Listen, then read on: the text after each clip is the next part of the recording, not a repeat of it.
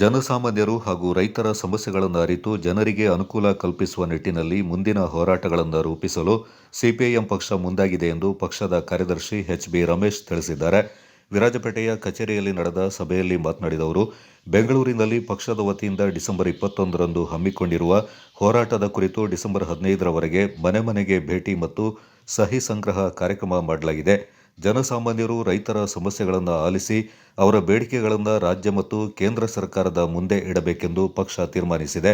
December 21ರಂದು 50,000ಕ್ಕೂ ಹೆಚ್ಚು ಜನರು ಸೇರಿ ಬೆಂಗಳೂರಿನಲ್ಲಿ ಬೃಹತ್ ಪ್ರತಿಭಟನಾ ರ್ಯಾಲಿ ಹಾಗೂ ಬಹಿರಂಗ ಸಭೆ ಮೂಲಕ ಸರ್ಕಾರಕ್ಕೆ ಬೇಡಿಕೆಗಳ ಪಟ್ಟಿ ಸಲ್ಲಿಸಲಾಗುವುದೆಂದು ಮಾಹಿತಿಯನ್ನ ನೀಡಿದರು. ಕಾಫಿ ಬೆಳೆಯುವ ಕೊಡಗಿನಲ್ಲಿ ಜಿಲ್ಲೆಯ ಅಭಿವೃದ್ಧಿ ದೃಷ್ಟಿಯಿಂದ ಮತ್ತು ಜಿಲ್ಲೆಯ ಬೆಳೆಗಳಿಗೆ ಮಾರುಕಟ್ಟೆ ಕಲ್ಪಿಸುವ ದೃಷ್ಟಿಯಿಂದ ಕೊಡಗು ಜಿಲ್ಲೆಗೆ ರೈಲು ಅವಶ್ಯಕತೆ ಇದ್ದು, ಶೀಘ್ರದಲ್ಲಿ ಕೇಂದ್ರ ಸರ್ಕಾರ ಇದನ್ನ ಮಾಡಬೇಕು. ಕೇಂದ್ರ ಮತ್ತು ರಾಜ್ಯ ಸರ್ಕಾರ ಬಂಡವಾಳಶಾಹಿಗಳ ಪಕ್ಷವಾಗಿದೆ. ರೈತರ, ಕೂಲಿ ಕಾರ್ಮಿಕರ, ಬಡವರ, ದೀನದಲಿತರ ವಿರೋಧಿ ಕಾನೂನುಗಳನ್ನು ಜಾರಿಗೆ ತರುವ ಮೂಲಕ ದೇಶದ ಬಹುಸಂಖ್ಯಾತರನ್ನ ವಂಚಿಸ್ತಾ ಇದೆ. ಕೇಂದ್ರ ಹಾಗೂ ರಾಜ್ಯ ಸರ್ಕಾರ ಬಡವರ ಪಾಲಿಗೆ ಹಿಡಿಶಾಪವಾಗಿದೆ ಎಂದರು. ರಾಜ್ಯದಾದ್ಯಂತ ಪ್ರಚಾರಾಂದೋಲನದ ಜನಧನಿ ರ್ಯಾಲಿ ಬೆಂಗಳೂರಿನ ಫ್ರೀಡಂ ಪಾರ್ಕಲ್ಲಿ ನಡೀತಾ ಇದೆ. ಇದರ ಭಾಗವಾಗಿ ಈಗಾಗಲೇ ನವೆಂಬರ್ 1ರಿಂದ ನಾವು ಜಿಲ್ಲೆಯ ಮನೆ ಮನೆ ಭೇಟಿ ಮತ್ತು ಕರಪತ್ರ ಹಂಚುವಂಥದ್ದು, ಜೊತೆಗೆ ಸಹಿ ಸಂಗ್ರಹ ಮಾಡಿದ್ವಿ.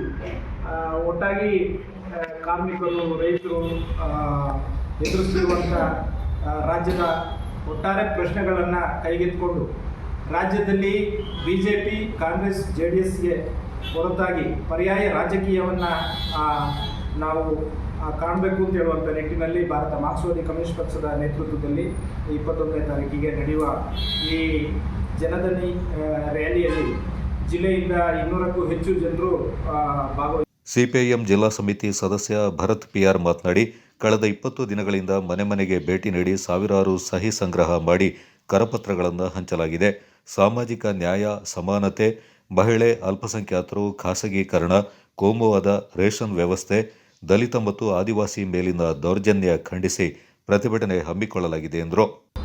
ಇಂತಹ ಸಂದರ್ಭದ ಒಳಗಡೆ ಬಡವರ ಹಸಿವನ್ನು ನಿಭಾಯಿಸಬೇಕಾಗಿರತಕ್ಕಂಥ ಸರ್ಕಾರಗಳು ಇವತ್ತು ಪಡಿತರ ಚೀಟಿಗೆ ಇನ್ನಷ್ಟು ರೀತಿಯ ಅನುಕೂಲಗಳನ್ನು ಮಾಡಿಕೊಡಬೇಕಾಗಿರತಕ್ಕಂಥ ಸರ್ಕಾರ ಹಲವಾರು ರೀತಿಯ ಮಾನದಂಡಗಳನ್ನು ಕೊಟ್ಟು ಬಡತನ ರೇಖೆಯಲ್ಲಿರತಕ್ಕಂಥ ಕೆಳಗಡೆ ಇರತಕ್ಕಂಥ ಜನರಿಗೆ ಕೊಡಬೇಕಾಗಿರತಕ್ಕಂಥ BPL ಕಾರ್ಡನ್ನು ಸಂಪೂರ್ಣವಾಗಿ ಕಡಿತ ಮಾಡಲಿಕ್ಕಿರತಕ್ಕಂಥ ಹುನ್ನಾರಗಳು ಇವತ್ತು ನಡೀತಾ ಇದೆ.